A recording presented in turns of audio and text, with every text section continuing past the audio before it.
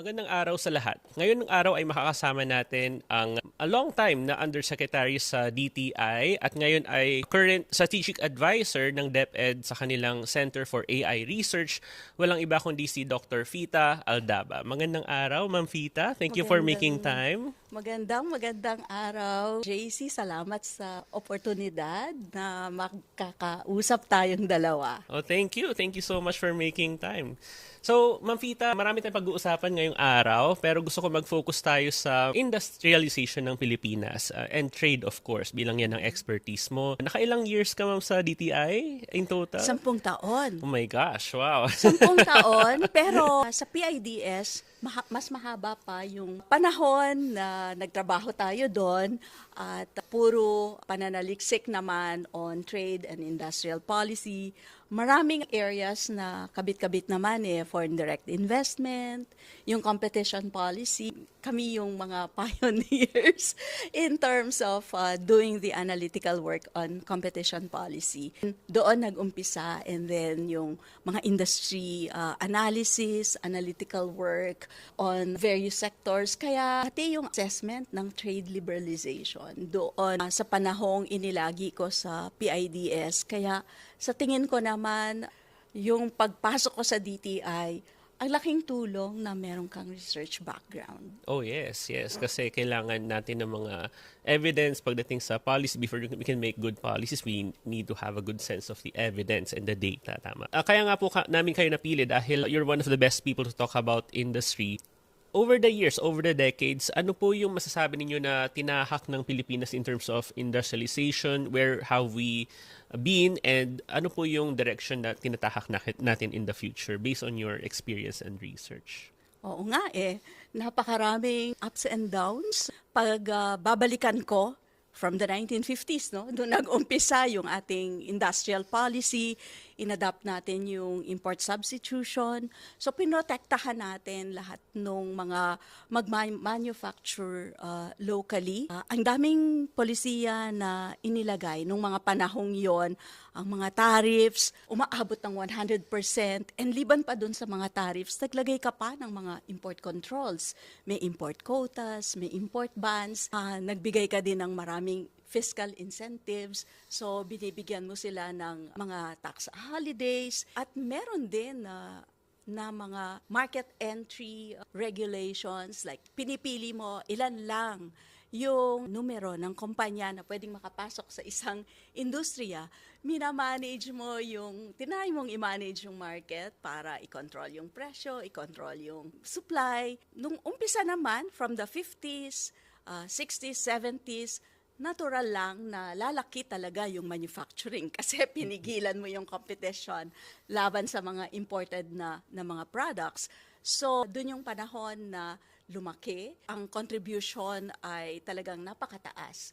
Kaya lang, hindi naman ito naging sustainable kasi talagang after ng import substitution, dapat sana mag-transition ka na sa isang export-oriented strategy na hindi nangyari sa experience nating dito sa Pilipinas kasi base sa assessment na ginawa nung experience natin sa import substitution, talagang inefficient pa rin yung mga kumpanya na sinuportahan natin. Mm-mm. Hindi sila handa na makipag after over 20 years ng protection, na lahat ng suporta ibinigay mo, pero hindi pa rin handa para makipag-compete sa mga imported products galing sa ibang bansa.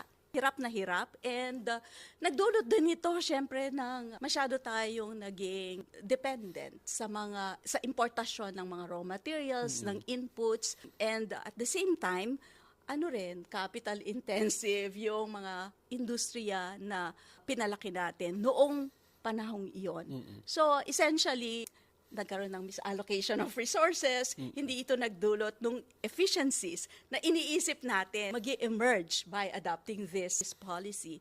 So during the 80s, nagkaroon ng malawakang liberalisasyon. Pinabaan, tinanggal sa ibang sektor ang mga taripa. Tinanggal din yung mga import controls, mga import regulations. Pero gaya nga ng sinabi ko kanina, hindi talaga handa yung mga industriya natin. Kaya habang nagli-liberalize ka, pero siguro banggitin ko rin na nung mga panahong yon, nagkaroon tayo ng economic at political crisis. Kaya sama-sama yung epekto sa ekonomiya, sa mga industriya, yung mga investments na nakapila nung mga panahong yon. Siyempre magulo yung bansa, magulo yung ekonomiya, malaki yung mga uncertainties. So, isa-isa, inurong yung mga nakapila na mga investments, for example, sa Board of Investments, itinigil. So, ang nangyari, 80s, bumagsak yung contribution ng ating manufacturing sa ating ekonomiya, bumagal yung kanyang growth. Pagdating ng 90s, tinuloy natin yung liberalisasyon. So, ito yung through the Trade Reform Program and the Import Liberalization Program.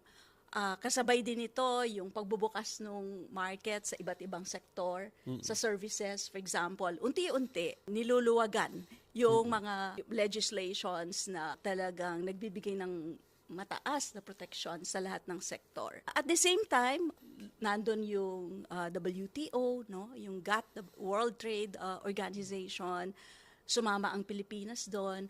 Pero wala na tayong masyadong ibinabang mga tariffs kasi nag-unilateral liberalization na tayo nung 80s na itinuloy natin nung 90s.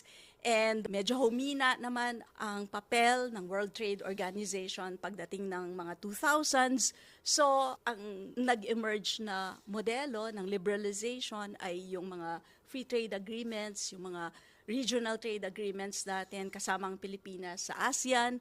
And nagkaroon din tayo ng mga bilateral free trade agreements. Ito yung unang kauna-unahan, yung Japan, no? Meron tayong ganong partnership. Pero kung siguro susumahin mo nung 2000s, kung ano yung naging performance ng ating manufacturing hanggang sa kasalukuyang panahon. Over the years, ayun, stagnant, no? Mababa yung contribution sa economy. And including yung employment generations, ganun din, hindi siya tumaas, kundi syempre habang ang growth mo bumabagal, ibig sabihin yung employment generation mo din, yung employment contribution ay bumaba rin. Ang iniisip ko, kung ikokompara mo yung trade liberalization na ginawa ng Pilipinas at yung the way na yung trade liberalization kinary out sa ibang mga bansa, kamukha ng Thailand or ng Malaysia. Medyo iba yung ating nag-iba yung ating approach. Parang kulang sa suporta. Siguro gawa nung experience natin during the import substitution years, natatakot na ay maglilid na naman yan sa rent seeking, maglilid yan sa mga monopolies. Pero kung iisipin mong mabuti, pag tinignan mo rin, kunyari, ang Japan, ang Taiwan, ang South Korea, nag-import substitution phase. Pero bakit sila nagtagumpay? Diba? Noong mga panahong 60s, ang exports ng Korea, for example, ay mga blankets, yung mga simple lang, t-shirts, plywood, mga ganon ang kanyang ine-export. Pero ngayong kasalukuyan, ano ang ine-export ng Korea? Kotse, di ba? Mga consumer goods, yung mga high-tech products. Pero ang Pilipinas, sabi ko nga, bakit hanggang ngayon nasa top 10 ang desiccated coconut? Hindi, ang kopra. Bakit hanggang ngayon, kung ano yung composition ng ating mga exports noong, let's say, 20 years ago, hanggang ngayong 2023, 2024, 2025, parang walang masyadong pagbabago. So, concentrated pa rin yung ating mga export products. While of course, sasabihin mo, well, it's dominated by a high-tech sector, the electronics and semiconductor industry. Pero pag binusisi mo naman, ano bang ine-export natin? Ito yung mga nasa stage ng assembly, process, and test. Na pag inaral mo kung ano yung value chain ng electronics, yun yung talagang nasa mababa lang. Essentially, yung value added, hindi ganun kataas. So, ang daming kailangang gawing mga reforma, pero habang ginagawa natin tong mga reformang ito, na paano natin iaakyat yung manufacturing natin doon sa mga segments ng mga industriya na mas malaki yung value added. Kasi, di ba, pag malaki yung value added ng produkto na ginagawa natin dito sa Pilipinas, mas dekalidad na trabaho yung ma-generate natin. Ibig sabihin, mas mataas yung sweldo, nakikitain ng mga tao na magtatrabaho sa manufacturing. Kung habang panahon, doon ka lang sa mababang segment at hindi or mabagal ang pag-akyat mo, talagang mapag-iiwanan tayo. Napag-iwanan na tayo. Dati nung 80s, ang tinitignan ko, ang Thailand. Sabi ko, paano ginawa ng Thailand to? Paano nangyari na ang nagli-liberalize din siya, ha? Kamukha natin, nung mga panahong yon. Pero, merong industrial policy na isinabay ang Thailand sa kanyang liberalization. Hindi siya ganun kabilis yung pagbaba ng mga tariffs. Napili nila kung ano yung mga sektor na tutulungan. Very strategic yung ginawang mga policies sa Thailand. And so, over a span of 20 years, alam mo ang contribution ng manufacturing nila, nagdoble. Ganon din yung kanilang, let's say, kung 10, naging 20. Or from 15, naging 30%. Based sa pag-aaral ko sa mga bansa, masasabi mo na karoon ka ng industrialization phase kung siguro umabot ng 28, 29, 30% yung contribution ng manufacturing sa yung ekonomiya. Ganon din kasi ang istorya ng ng China, talagang tuloy-tuloy, double-digit yung growth ng kanilang manufacturing. And ganun din, ang employment ni Thailand over a span of 20 years, from 7% naging close to 15%. Na hindi nangyari sa Pilipinas. So sa atin, continuously, during the liberalization years, unti-unti, bumaba yung contribution ng manufacturing. At present, it's something like 18% yung contribution sa economy. And contribution ng employment ng manufacturing sa total is around 7%. Naging stagnant. Kaya importante, siguro sa mga panahong ito, na syempre hindi mo naman sinasabi na yung industrial policy natin ay babalik ka doon sa pag-i-impose ng mga tariffs, isasara mo yung market mo, pipiliin mo kung ilan lang ang papapasukin mo sa ating mga industriya na gustong protektahan. Para sa akin, it's a new industrial policy. Hindi ko ipagbabawal na, let's say, sige, bigyan mo ng konting tulong through tariff protection. Bigyan mo siya, although yung napag-aralan natin sa economics, di ba? Ay, second best lang naman yung tariff. Dapat subsidy, di ba? Yun yung first best para more transparent. Pero yun na nga, ako mixed of policies na pwede nating ibigay, depende kung ano yung kailangan ng industriya. So, hindi yan one size fits all, but talagang ipapattern natin yung type of support na ibibigay kung ano yung kinakailangan ng industriya. Second, yung pag-upgrade dun sa mga skills ng mga workers natin. So, kailangan nakatutok talaga tayo sa human resource development. Especially now na with all these new technologies, parang sa tingin ko, while of course, yung R&D natin, isa pang weakness siya ng bansa kasi napakababa ng expenditures natin sa R&D, sa innovation, marami pa ring mga issues, marami pa ring mga gaps sa ating innovation ecosystem na kailangan nating masolusyonan. Paano natin tutulungan yung mga universities, for example, na magkaroon ng mga strong linkages with industry. Kung hindi sila aligned, yung gagawing R&D ng mga universities, baka hindi yun yung kailangan ng industriya.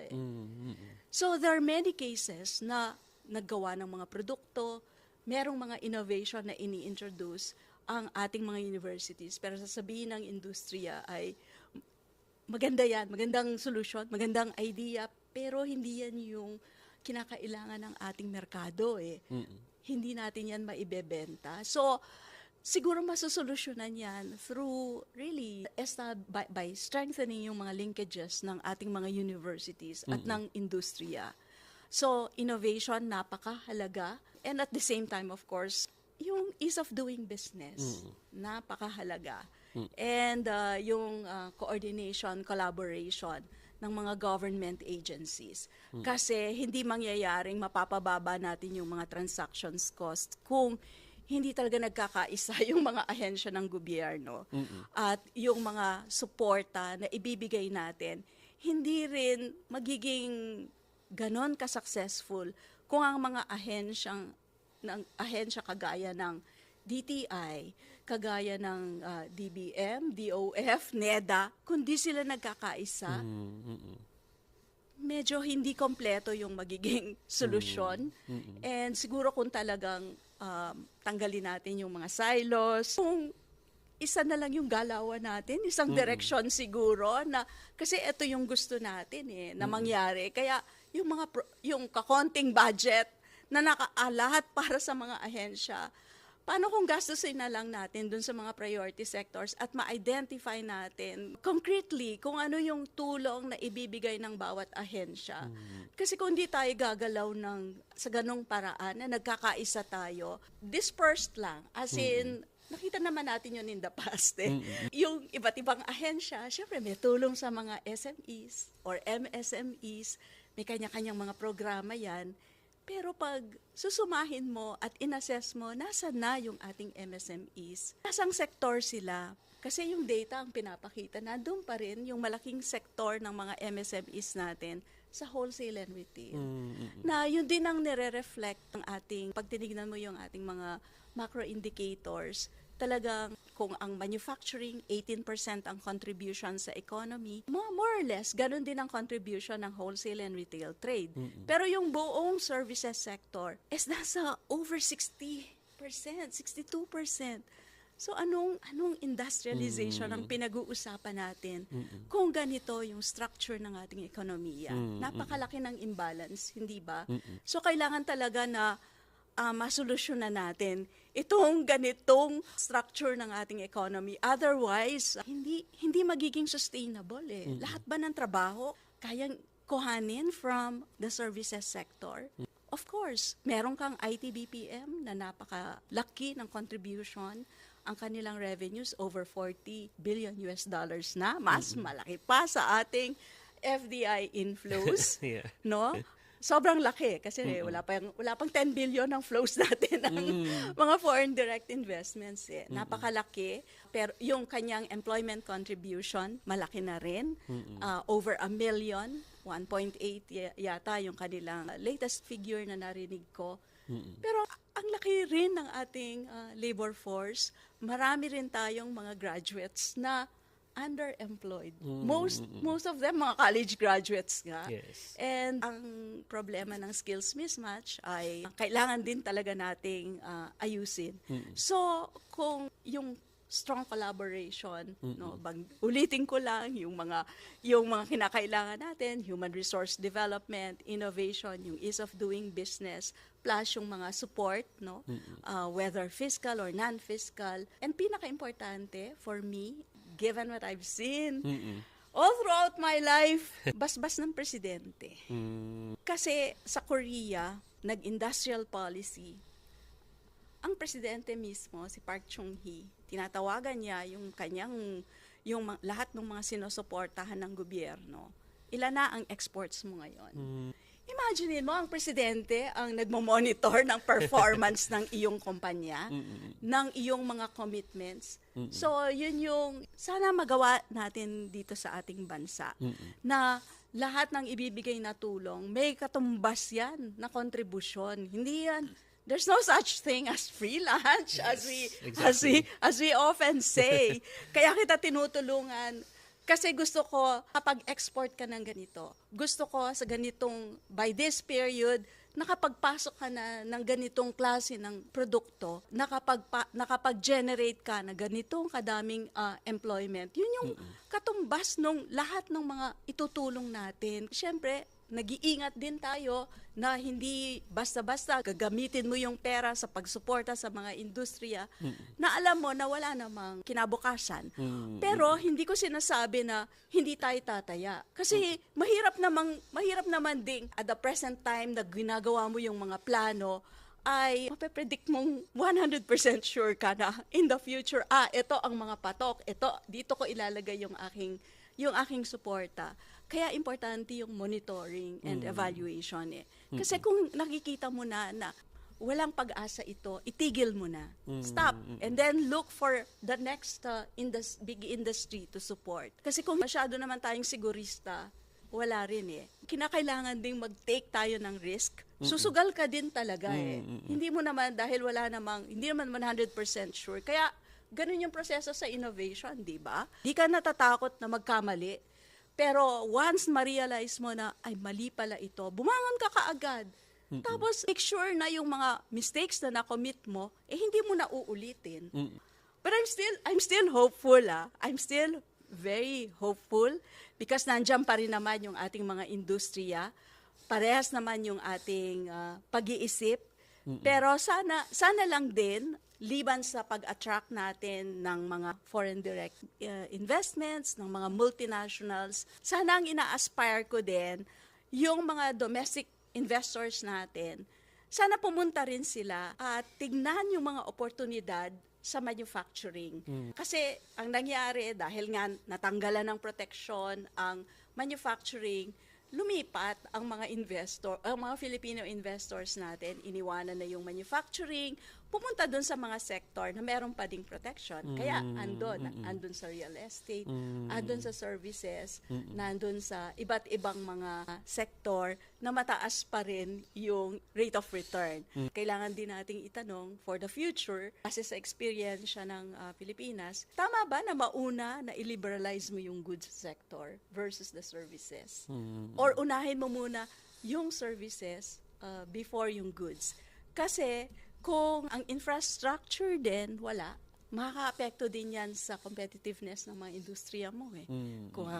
Kung mahal ang tubig, mahal ang kuryente, wala kang internet, or meron nga tapos napakamahal, yung power cost, ganun din, napakamahal. Dahil hindi ko na siguro babanggitin pa kung ano yung mga pinagdaan ng mga regulasyon at kung sino ang nakinabang, bakit nagkaroon ng mga monopolya dito sa mga sektor na to, bakit mataas yung presyo, kulang sa competition.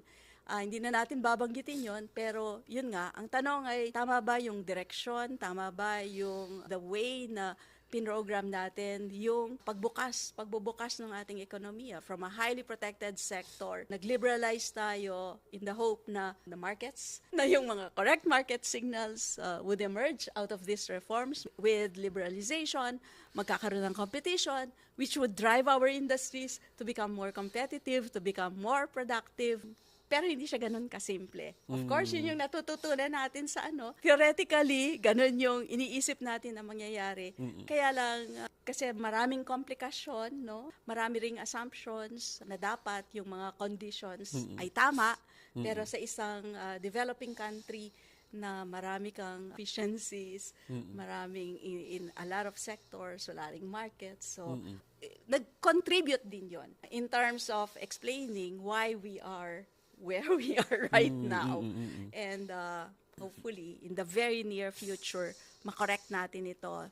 Knowing our mistakes, I will be able to carry out better policies in the near future. And maisakatuparan nga natin itong new industrial policy na gusto nating i-propose sa gobyerno. Okay. I-unpack natin, Ma'am Fita, yung marami sa sinabi mo. Actually, gusto ko yung preamble mo. Parang sinasagot mo na rin yung mga tanong in my head as you go along. Pero sige po, i-unpack natin. I wanted to highlight yung experience ng Vietnam, for example. Kasi naging export powerhouse sila, manufacturing powerhouse in recent decades. Yung Samsung, meron silang big presence in Vietnam. Yung Apple as well.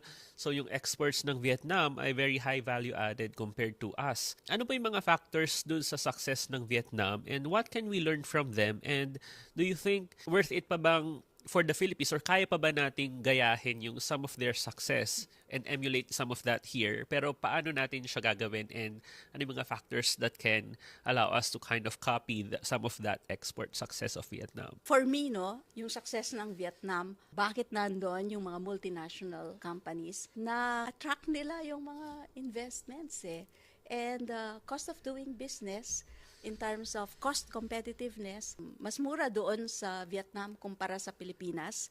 And kadikit din kasi ng mga negosyo sa Vietnam yung sa China. So yung mga Chinese doon din pumunta kay Vietnam, mga Koreans doon din pumunta, US companies, European companies. Unti-unti nabibuild nila yung supply chain. Samantalang dito sa atin, yun nga no, medyo nandun tayo pa rin sa assembly, process and test. Ini-import natin yung iba't ibang parts and components. Dito nangyayari yung mga additional processes. And pagkatapos, kasi dugtong-dugtong naman tayo eh. Kung yung mga materials galing sa Taiwan, from Taiwan sa Philippines, magpo-process tayo. And then papadala natin kay China kasi yung mga semiconductor parts and components na ginagawa natin dito, dadalhin sa China. So si China mag-a-assemble ng mga iPhones, for example, iPads, Mac Pros, MacBooks. Konektado naman tayong lahat. Parte naman ng Pilipinas ng mga value chain, ng supply chain, ng iba't ibang mga malalaking korporasyon. Pero ang labanan, sino ang makakakuha ng mga mas mahahalagang mga proseso? So labanan na naman yan. Kahit ako, supplier ako sa, for example, sa Toyota, no? Supplier ako ng mga parts dito sa Pilipinas. Pero gusto ko engine. Gusto ko engine. Mas malaki yung value added more than transmission nandito, no? Gusto ko ay engine. Kaya lang ang engine, nakay Thailand na yan eh.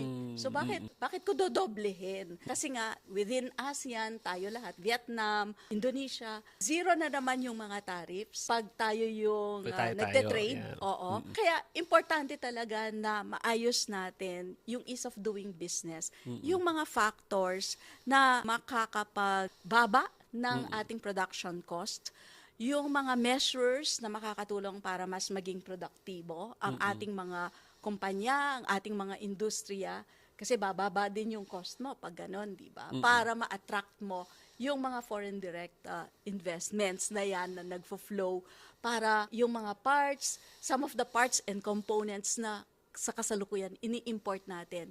Sana dito na lang nila gawain. Hindi yung over 90% ng iyong mga parts and components imported. Tapos, more of labor na lang yung value added ng produktong galing sa Pilipinas. Kasi halos ganun din ang experience ng Thailand eh. Naging, ang tawag sa kanya, Detroit of Asia. Di ba? Si Thailand.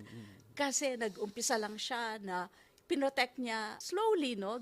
Very gradually yung pagbagsak ng mga tariffs. Pinili niya ang automotive. Na yun yung kanyang maging source ng kanyang strength, industrial strength. Na nangyari naman. Kasi nga pinrotect niya yung truck. Actually, dahil marami silang farmers at ang iniisip nila isa-serve ko muna yung needs ng mga farmers. Kaya ang gagawin ko, ibababa ko yung presyo ng truck. Doon sila nag-umpisang mag-prosper, naging major strength nila yung truck. Kaya ang Fortuner, di ba? Nandun kay nandun kay Thailand. Wala sa Pilipinas. Ang nandito sa atin sa Pilipinas, yung mga modelo na tapos na sa Thailand. Vios, no? Pag doon nila launch. Pagkatapos, yung mga ibebenta sa Pilipinas, syempre may programa tayo, yung CARS program. Ayaw ko na i-import ko siya na completely built unit. Kailangan may mga proseso na dito gagawin sa Pilipinas. So meron tayong CARS program na tinutulungan mo yung kumpanya para magtuloy-tuloy yung production niya dito. Pero essentially yung CARS program, ang dinedevelop natin doon ay yung parts and components. Kasi meron ka ng maayos na yung assembly mo dito sa bansa, pero yun nga, kailangan yung parts, components ay ma-establish mo. Kasi yun yung magbibigay ng attraction para sa ibang kumpanya na mag-manufacture dito sa bansa. Na sa Vietnam, sa China ganun eh. Nag-umpisa lang sa assembly. Ganun naman yung kwento ng mga bansa. Nag-uumpisa talaga sila sa assembly. Pero unti-unti, dinidevelop nila yung parts and components. Kasi kung magaling ka, talagang mas babagsak ang presyo mo kung majority ng mga parts and components locally mamamanufacture mo, hindi mo na i-import. Yes, Babagsak ang iyong babagsak ang iyong logistics cost, yung competitiveness mas tataas. Kaya yun yung direction din natin ngayon, learning from these countries. Talagang gusto nating bigyan ng mga incentives at bigyan ng suporta yung mga kumpanya na mag-engage sa parts and components manufacturing. Kasi yun yung gap na nakikita natin ngayon. Minsan, di ba, chicken and egg, sasabihin ng investor, bakit ako pupunta dyan eh? Wala naman dyan yung mga parts. And syempre, pag chicken and egg situation na, doon papasok yung gobyerno. May mahalaga kang papel na kailangang tugunan. May market failure ka na, di ba? So, papasok ka, doon ka tumulong, bigyan mo ng support na kinakailangan para mas mapalago natin yung supply chain, magkaroon ng cluster of industries hanggang in the future, agglomeration na sa isang lugar na hindi na lang automotive, hindi na lang electronics, but yung iba't ibang mga industriya doon din mag-locate sa isang area. Parang ganun yung ganun yung mga modelo ng mga successful countries na yun syempre yung pangarap natin sa Pilipinas na replicate natin yung ganung kwento. And sabi ko nga, hindi pa naman huli ang lahat. Of course, may mga produkto na hindi na pwedeng dadalhin mo sa panahong ito sa Pilipinas kasi na-establish na yung mga supply chains abroad, like consumer electronics, nandun kay mga washing machine, for example, Thailand and Vietnam, and yung mga sasakyan na kay Thailand na rin. A lot of the electronics na kay Vietnam. Pero sa Pilipinas, ang iniisip natin with all these new technologies, the use of AI products, mga Internet of Things, halos parehas, I think, pare-parehas tayo bago yung technology. So, it's now up to us kung paano natin ide-design yung mga policies natin, learning from our previous mistakes and learning from the success factors na we've seen na nag-work sa ibang mga bansa. Tayo ngayon ang pipili Tayo ang magde-design kung ano yung magiging future ng ating mga industriya. Gusto mo talagang magkaroon ng industrialization.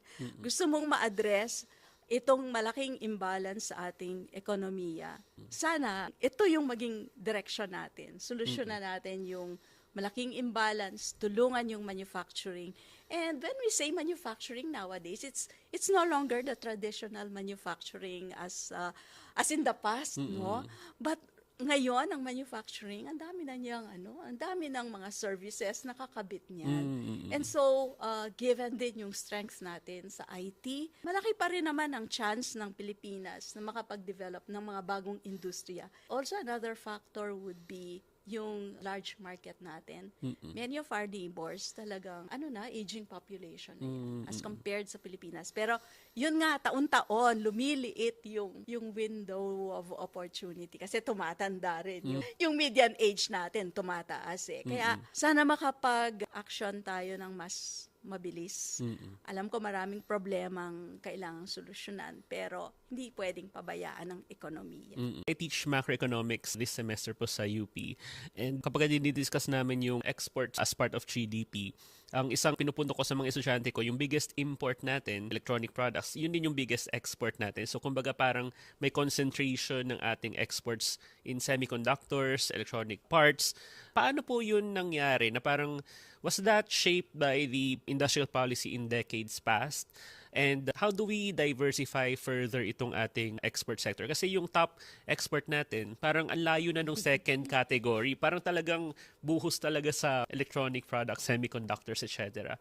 So, paano po natin madadiversify further yung ating exports? Yes. I mean, that's related to what you already said before, pero what other products do you think might be a niche for the Philippines other than too much concentration on electronic products? Tama yung observation mo. Yung ini-import natin at saka yung ine-export nasa isang category. And nangyari yun kasi nga dahil ang mga nag-emerge na approach, yung global value chain, mga regional production networks, na ang ating tinetrade, just the same product. Like kung galing yung chips, di ba? From Taiwan, tapos dadalhin dito, dadagdag tayo ng mga certain processes, ibabalik mo na naman sa Taiwan for the more advanced processes, and then si Taiwan, ibabalik niya sa'yo. So, ganun yung palitan ng mga products. Kung malaki yung trade natin sa mga finished goods, biglang tumaas din yung trade sa intermediate goods and components because of those global production networks and yung emergence nga ng global value chain wherein pinaghati-hati yung iba't ibang proseso ng isang kumpanya sa iba't ibang bansa as compared in the past, di ba? Dahil mataas yung protection, dahil nag-i-import substitution yung iba't ibang mga countries, so ang reaction ng mga multinationals, magtatayo ka ng isang planta, same plant sa Pilipinas, same plant sa Thailand. So, ganun yung setup before nag-emerge itong mga global value chains and mga production networks. Dahil dulot naman yon ng pagbaba because of the introduction of better technologies and pagbaba ng transportation and logistics cost, naging posible na i-assign mo na lang dito sa Pilipinas yung paggawa ng transmission. Ipagawa mo dito kay Thailand kasi mas mababa yung cost, mas nakikita nila yung malaking benefits kung ang assembly at yung pag-produce ng mga critical parts ng isang sasakyan dito ko sa Thailand gagawin. Or, sige, yung adventure, yung mga ganong tipo ng sasakyan, kay ibibigay, kay Indonesia. Yung mga vans, for example, kay Indonesia yan. Passenger cars and yung mga SUVs, kay Thailand. Yung certain parts like transmissions, kay Pilipinas. Yun nga yung binibigay mo nga sa amin ng transmission. Manual naman. Gusto ko automatic kasi sa future, mawala yung mga manual transmissions na yan. Bakit hanggang ngayon, manual pa rin yung binibigay mo? Or bakit yung mga pabagsak na, or yung nasa end of life na mga modelo, bakit yun lang binibigay mo sa amin? Diba? So, kahit parte ka nga ng isang network ng global value chain, ng Toyota or ng Ford, for example, pero ang pagbabasihan pa rin ay palakasan pa rin kayo. Sino ang mas competitive? Hindi ka dapat komportable na parte na ako ng production network, but kailangan galingan pa talaga. And bumubuhos ang suporta din ng mga katabing bansa natin sa mga industriya nila. So, kailangan matapatan din natin yon. Although hindi ko sinasabing yun lang yung factor, but kailangan comprehensive yung support package na ibinibigay natin sa mga industriya na tingin natin ay importante, critical, strategic sa paglago at paglaki ng ating ekonomiya. Pero Ma'am Fita, may mga proseso na halimbawa nasa Thailand or Vietnam na high value added. Pero kaya pa ba nating ma-attract yun kung naka-establish na sila sa ibang mga bansa? Gaano kadaling mag-attract ng mga already existing processes in other countries? Eh nandun na sila, settled na sila. Does it mean na mas kailangan natin mag-effort or mas magbubuhos talaga tayo ng pera just so they can move their operations into the Philippines? Or are we talking about new investments or new firms generating new economic activity through new corporations, for example? Gaano kadaling mag-transplant ng mga processes from other countries into the Philippines? Oo, depende kasi kung anong industriya yan. Merong mga industriya na madali lang. I would say garments and textiles, madali yung paglipat. Kaya nga, after nung first announcement ng mga Trump tariffs, na ang laki ng lamang ng Pilipinas, 17%, di ba? Versus yung mga 40 plus ni Vietnam, 30 plus ni Indonesia, tsaka ni Thailand, and Malaysia, 20 plus. Akala natin, magkakaroon talaga ng lipatan ng mga i-rearrange yung mga supply chains in such a way na pupunta yung investments dun sa bansa na mas mababa ang tariffs. Ang daming signals nung pagka-announce noon. Biglang sa electronics, sa garments, maraming nag-inquire kung paano pumasok sa Pilipinas. Madali lang for certain sectors like garments and textiles. Pero sa electronics, medyo mas matagal yon na i-set up. And so, babalik ako, bakit kailangan yung tulong ng gobyerno?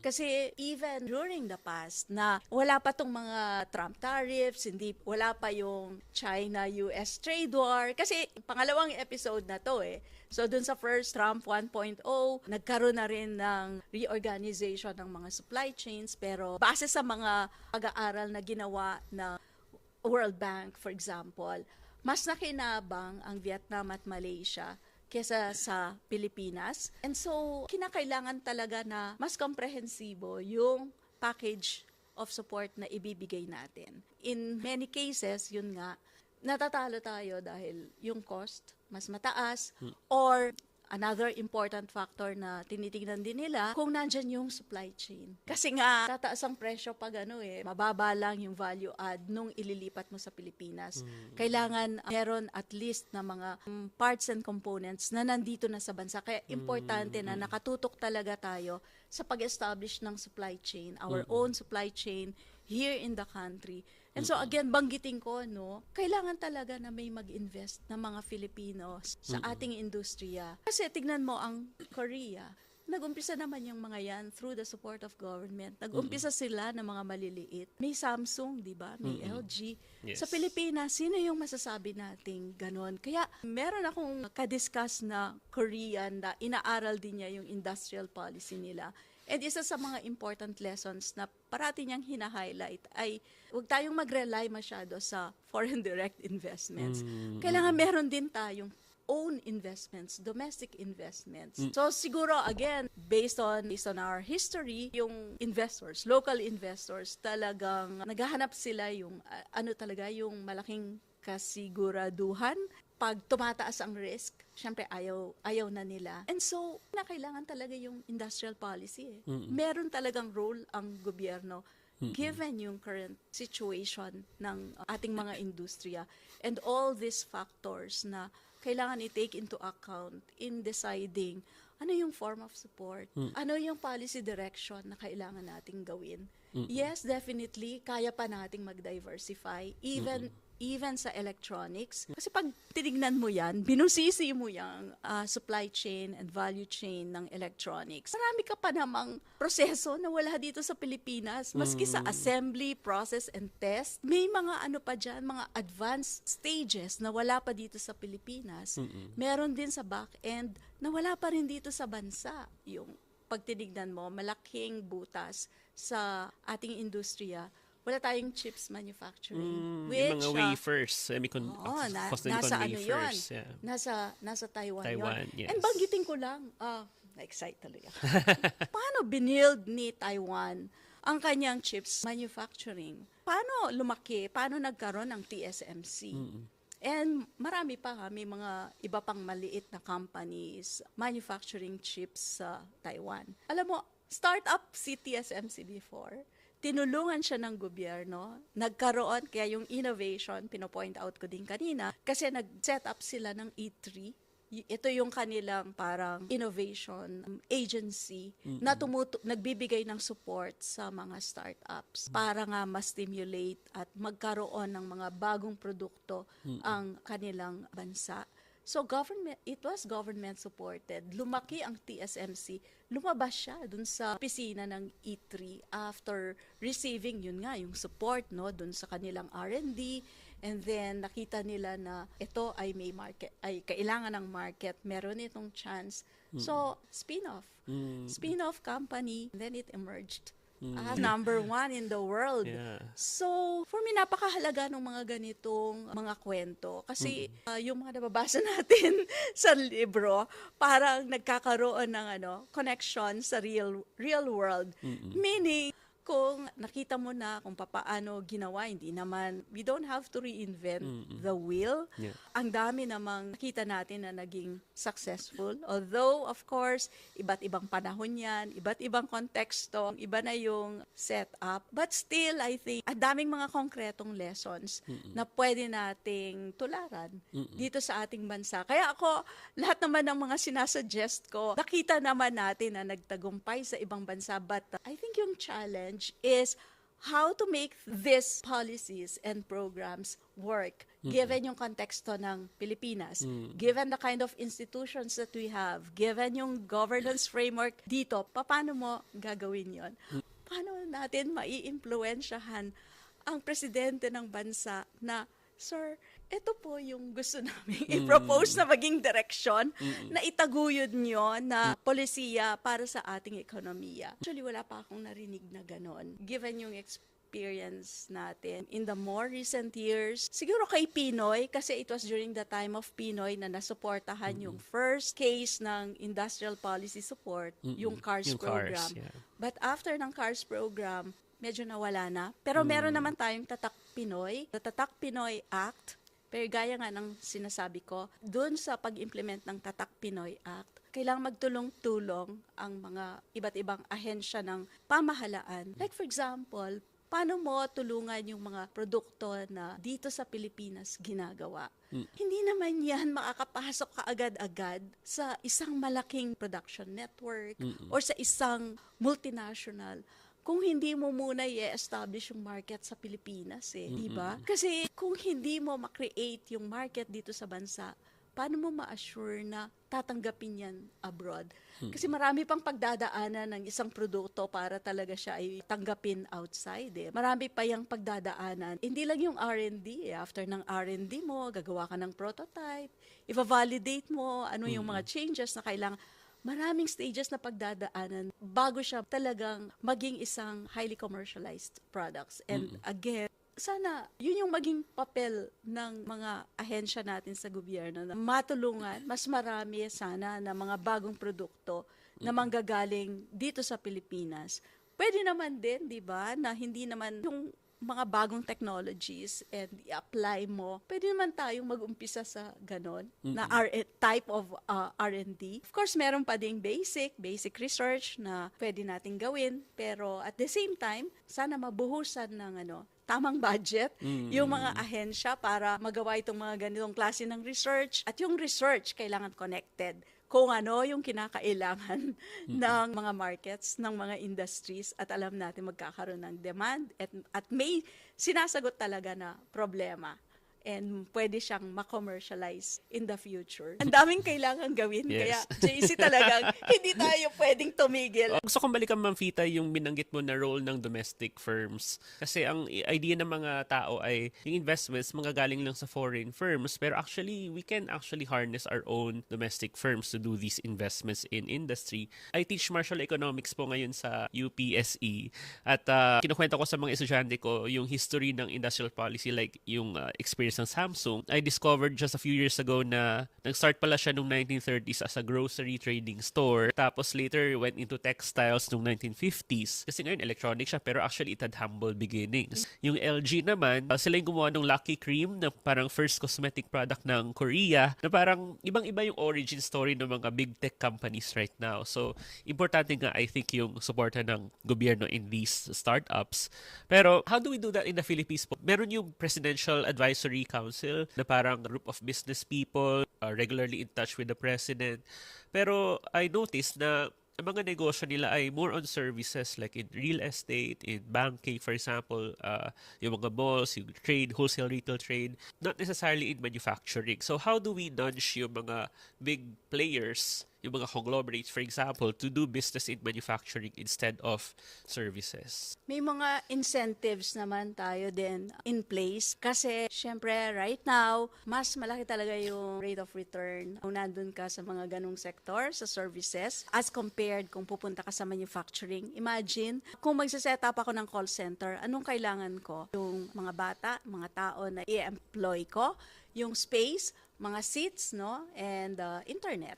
Computers, and then makipag-partner ako sa mga companies na nag-outsource sa Pilipinas. Kung magtatayo ako ng isang manufacturing company, medyo complicated. Napakarami kong regulations na kailangang sundin, and alam naman siguro nating lahat kung paano ang galawan when it comes to getting permits, no? Marami kailangang paggagastusan, yung paghanap na lang ng space, saan mo itatayo ang iyong company, ilang barangays ang tatamaan ko. Pag tinransport ko yung aking goods, dadaling ko sa pier, ilang stops, ilan na naman yung checkpoints, magkano ang kailangan kong bayaran. Yung mga skilled workers na kinakailangan ko, nandyan ba sila lahat? O kailangan kong gumastos pa rin para i-retrain, i-reskill ko yung aking mga workers para handa sila dun sa type of production na gagawain ko. So, yung kuryente, yung tubig na kakailanganin ko para yung aking planta ay tumakbo ng mabuti na para yung end product ko ay competitive at mas mababa kesa sa ini-import natin from China, from Vietnam. Kaya ko ba yun? So, essentially, yung rate of return talaga ay mas mababa kung ikukumpara mo sa isang services firm. Kaya siguro, ang konti rin ng gustong mag-invest sa manufacturing. Napaka-konti na lang ng mga, well, the Ayalas are still there, and the T family also, no, nandyan sa Toyota. Si Ayala, meron siya sa electronics, meron ding konting shares sa automotive. Pero liban sa kanila, wala na akong maisip na ibang malaking conglomerate na nandoon sa manufacturing.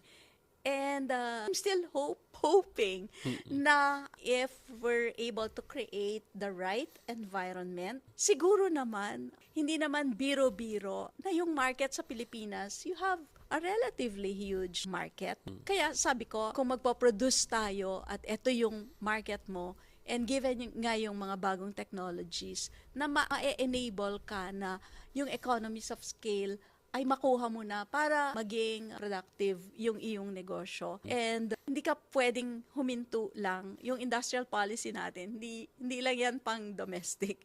But ang pinupush talaga natin, kailangan makapag-export. Kailangan ma-take advantage natin yung mga FTAs natin na sinainan, yung mas malawak na market, ang ASEAN, na nagbaba ka ng taripa, pagkatapos ikaw lang yung mas maraming ini-import. Hindi ko ginagaya reasoning ni Trump. Yeah. Pero, ang sinasabi ko, nagbaba ka ng tariffs para ikaw ay mag-end up na importer ka lang ng mga sasakyan galing ng Indonesia at Thailand, na ini-import ko lang puro mga produkto ng Malaysia or ng Vietnam. And ako, anong kapalit? Kasi para ka lumaban sa ganitong larger market, sa isang regional market, kailangan strong, kailangan competitive yung mga industriya mo. Kasi kung hindi, you'll end up importing all the different products na magagaling ang iyong mga katabing bansa. Kaya yung binabanggit natin kanina na kailangan mas strengthen natin yung manufacturing. Right now, at 18%, kulang yon. Kasi yung mga katabing bansa natin, over 20% siyang mga yan. Sila Vietnam, Indonesia, Malaysia, Thailand, over 20%, napakalakas ng kanilang manufacturing. And si Pilipinas, kung titingnan mo yung trend, talagang over the years, pababa siya ng pababa. And kailangan mapigilan natin to. Hindi pwedeng, kasi at 18%, payag ka ba nun, JC? 18%. And then you have a 62% na services and something like 18-19% na wholesale and retail. Hindi ka tanggap-tanggap, di ba? So, kailangan talaga na kailangan nating mapalitan itong ganitong direction. Kailangan pa-shift yung focus towards manufacturing. And yun nga, siguro kailangan ma-redefine natin. When we say manufacturing, baka yung traditional manufacturing pa kasi ng mga factories in the past yung pumapasok sa isipan natin. Pero hindi lang ito processing, hindi lang to nagko-convert ka ng mga raw materials, gawin mong isang produkto. Hindi lang yun ang manufacturing kasi ang manufacturing, lalagyan mo yan ng IT, lalagyan mo yan ng services, diba? E-commerce na naman ngayon. So, hindi na lang yung mga traditional na mga channels of marketing yung gagamitin mo. Very strong naman yung Philippines in terms of IT strength. Yung mga software and the hardware, paano kung hardware yung gawin mo and given yung strength ng iyong IT, dito mo na rin i-develop yung software. So, yun yung klase ng manufacturing na iniisip natin na mangyayari in the future. I don't think kakayanin natin at this point na agawin for example, yung mga ginagawa and very strong na sila, napakababa ng presyo sa Vietnam or sa Thailand or in Indonesia. But kailangan nating hanapin nasan yung mga bagong produkto na merong markets, utilizing mga bagong technologies, and ile-leverage ko, magka-capitalize ako dun sa mga sariling strengths na meron ng Pilipinas. Andyan ang ating educated labor force. Diba? Na highly trainable.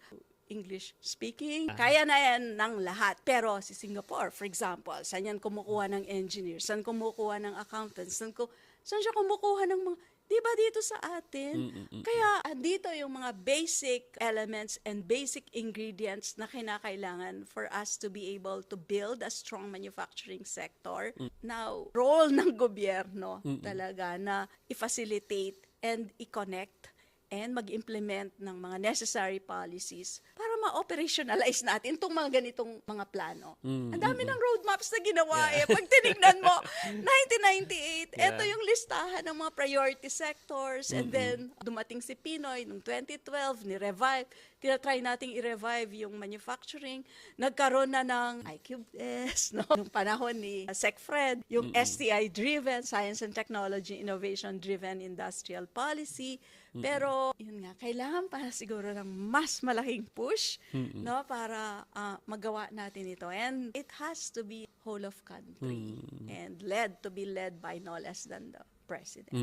Part po ba ng justification, Ma'am Fita, kaya natin gustong i-push yung manufacturing is that for the poor, for example, it could be a ladder out of poverty. Can you talk a bit about yung role of manufacturing and industry in uplifting the lives of people in terms of wages, for example, or kasi compared to many services, mas productive pa rin yung many manufacturing jobs, di ba?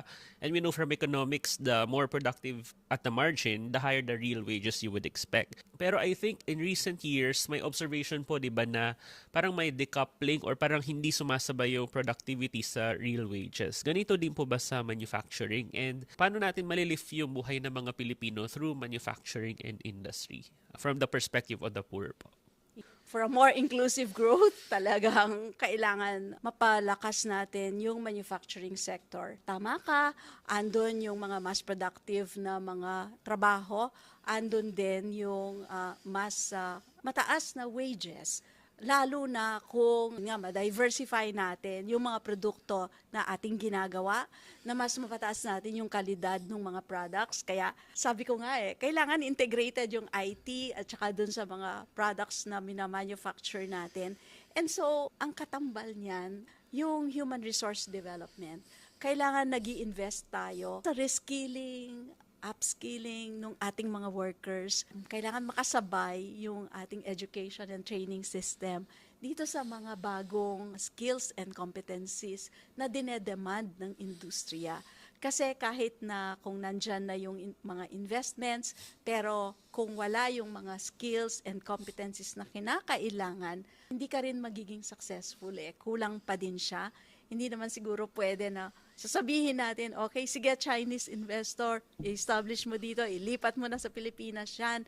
Pero sabihin ni China, ay wala ka namang mga gantong klase ng workers. Dadaling ko yung yung workers ko na madidefeat naman yung purpose pag ganon. Kaya kung handa yung ating educational system and training system sa mga ganitong mga pagbabago, mas malaki ang maitutulong. Kasi 'di ba, ang laki ng tulong ng education. Whether yan ay tech voc, whether yan ay college or sa university ka, bachelor's degree. Ang laki ng pwedeng itulong para umunlad sana yung pamumuhay ng ating mga kababayan. Lalong-lalo na dito sa atin, yung inclusive growth, inclusive and sustainable, resilient growth. Di ko to binabanggit na parang yun yung usual or common language. But for me, they really mean a lot. Kasi dito ka makakahanap talaga ng mas malaking kita, 'di ba? Yung sales lady, magkano ang o yung bagger sa grocery, mga arawan lang yan, daily wage. Pero dun sa manufacturing, lalo na yung mga highly skilled, tapos may mga benefits ka pa. Kaya hindi ka pa yung parang 6 months, tapos nagre-renew ng contract para hindi, or ile-lay off muna, para hindi sila gawing permanent. Hindi pwedeng gawin yun sa manufacturing. Hindi pwede kasi kahit maski nung pandemya, wala akong alam na kumpanya na nagtanggal ng mga workers nila. Bagkus talagang nagkaroon lang ng mga pag-uusap. Kasi alam naman na darating din yung makakatawid din tayo sa mga ganong krisis at babalik din yung mga operations ng mga companies. So, importante talaga na yung manufacturing mapalaki. Kasi ito yung magbibigay ng malaking tulong para sa ating mga manggagawa, para sa ating mga kababayan na mapaghusay yung kanilang pamumuhay.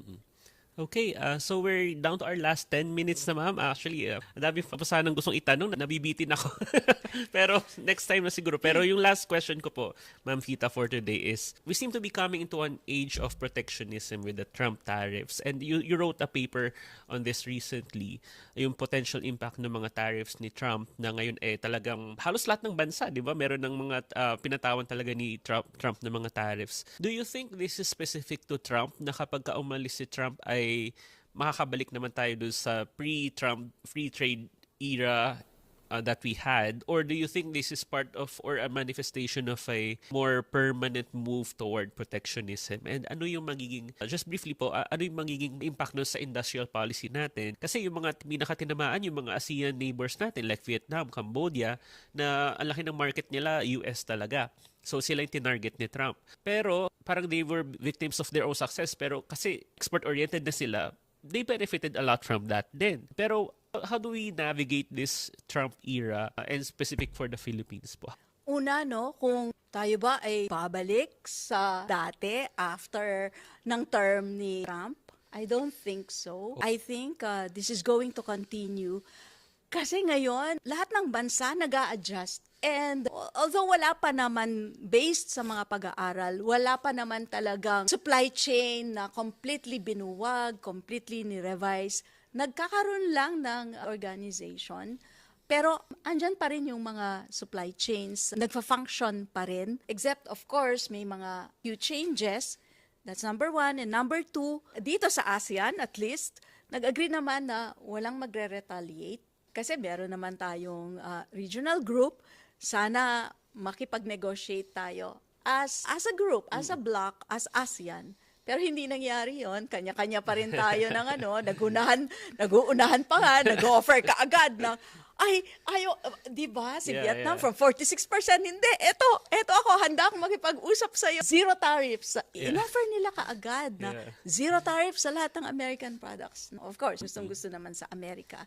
Given na ganito yung situation na nagkaroon na ng mga bilateral talks, yung iba't ibang mga bansa, siguro na lang dun sa mga like for example, rules of origin, ma-harmonize dito sa ASEAN, and sana ma-maintain pa rin natin yung multilateralism. Kasi mahihirapan tayo kung babalik tayo sa bilateral talks sa mga iba't ibang mga bansa. Kawawa tayo dahil anong bargaining power ng isang developing country, small country, na yung mga industriya mo hindi ganun kalakas din. And so, mas pipiliin ko pa rin na maging multilateral, na magre-refer pa rin tayo dun sa mga rules and MFN dito sa WTO rules. Siguro may mag-emerge na ibang setup, but ngayon may mga iba't ibang regional groupings naman. So, nandun ang RCEP, by the way. And RCEP, napakalaki din yan. Yung 10 ASEAN countries mo, plus 5, na almost 30% ng world GDP, nandito sa RCEP. And kailangang ma-diversify yung ating export market from the US, and kung ma-increase nga natin yung trading activities natin with the members of RCEP, total naman, meron tayong pinirmahan. But then again, marami pa ring mga kailangan din na i-fast track na mga provisions under RCEP para talagang ma-increase mo yung trade and investment activities dito sa RCEP. And yung paggamit ng mga protectionist tools, I would say let's be flexible, let's be transparent, and ensure lang na yung gagamitin nating tool ay yun talaga yung sagot doon sa problema na kinakaharap natin. At yung, of course, the goal is mas strengthen mo, maging competitive yung industriya mo. Kung bakit mo siya binibigyan ng fiscal, non-fiscal support. Kasi gusto mo i-jump start mo yan And we want to have that flexibility na ma-apply natin yung mga available tools dito sa ating bansa. And knowing as well na pwede yang maging source ng rent-seeking or pwedeng maging source ng oligopoly or monopoly. Ayaw nating mangyari yung ganun Kaya more transparent, more targeted, and ensuring na well-governed yung mga ganitong support programs na gagawin natin. Last question, Ma'am Fita. Malapit na yung 2028. And from the perspective of our industrialization efforts, our trading relations, ano po yung ideal mindset nung susunod na Pangulo so that we can really boost manufacturing? Ano yung dapat niyang gawin at a very basic level? Kasi binanggit nyo kanina, governance is key. Na dapat yung direction, yung Pangulo mismo, parang the direction is set by the leader at the very top level of government. So ano po yun? What is the ideal 2028 candidate or president so that we can really boost manufacturing in the coming decade or so? Sana kasama sa platform ng presidential candidate ang industrial policy. Sana mabanggit yung importance ng industrialization para sa Pilipinas, na ito yung magiging sagot sa more inclusive growth na kailangang maipagpatuloy natin, magiging source ng income, magiging source ng employment, at makakatulong in terms of supporting and preparing our industries for the future. Kasi yung future natin, andyan na yung mga green products, mga sustainable activities, yung mga bagong technologies, kailangan integrated yun sa ating industrial policy. Sa industrialization na gusto na natatahakin ng Pilipinas. Magkakaroon ng shift, I would say, in terms of the industries that we will be supporting. Of course, hindi naman mawawala yung mga traditional names, but within those, I'm hoping na masama yon sa plataforma nung aking ibobotong presidente. At kung makita ko nga, sabi ko nga, kung makita ko yon sa plataforma ng kahit na sinong presidential candidate, ay magvo-volunteer talaga ako Wow.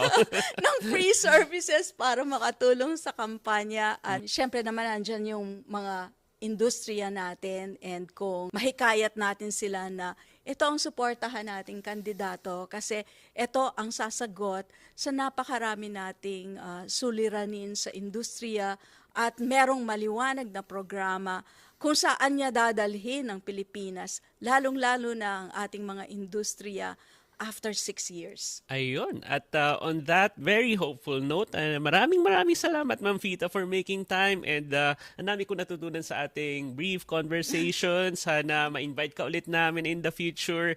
At ayun, thank you so much, Ma'am Fita, for your time. Salamat din, JC. Alam mo, natuto din ako sa mga tanong mo.